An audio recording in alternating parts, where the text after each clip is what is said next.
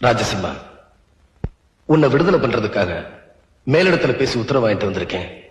ஆனா நீ ஜெயிலுக்குள்ளே ஒரு கைதியை போட்டு அடிச்சிருக்க.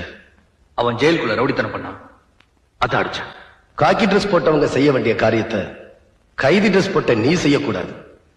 யாரு என்ன பண்ணணுங்கிற ஒரு முறை இருக்கு. அந்த முறை தவறி எல்லாரும் நடக்கிறதுனாலதான் நம்ம நாடு ரொம்ப கேவலமா போயிருச்சு. என் அம்மா சத்தத்துக்கு அப்புறம் ஒழுங்கா சோறு கிடைக்கல, பாசம் கிடைக்கல, அதனாலதான் இப்படி மாறல. சின்ன வயசுல உன்ன மாதிரி சோறு கிடைக்காம பசியாளத்தை வச்சு எத்தனையோ பேரு பெரிய தலைவர்களா மாறி இருக்காங்க. பாசமே கிடைக்காத எத்தனையோ பேரு நல்ல பண்புள்ளவங்களா மாறி இருக்காங்க. எல்லாரும் உன்ன மாதிரி ரவுடியா மாறல. இத நான் ஒரு அதிகாரியா சொல்லல, உன் அண்ணனா சொல்றேன்.